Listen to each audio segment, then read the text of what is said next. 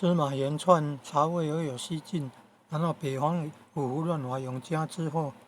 然后迁移到南方而有东晋，都建康南京。东晋到后来被刘义篡东晋，有影片说刘义啊，也是刘邦的后代哎，刘邦的后代子孙啊，刘家后代子孙的，后来都被那个曹操的曹丕啊，魏文帝啊篡东汉的三国的曹魏啊，然后司马炎篡曹魏啊，而有西晋啊，然后后来东晋啊，然后东晋被刘义篡位啊，刘义说杀害那个司马懿的家族，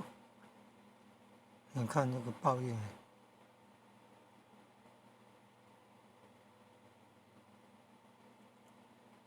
司马炎篡曹魏了，然后刘义篡东晋了，就是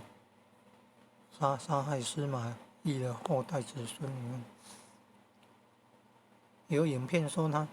杀了6个帝王，怎么会有那么多个帝王？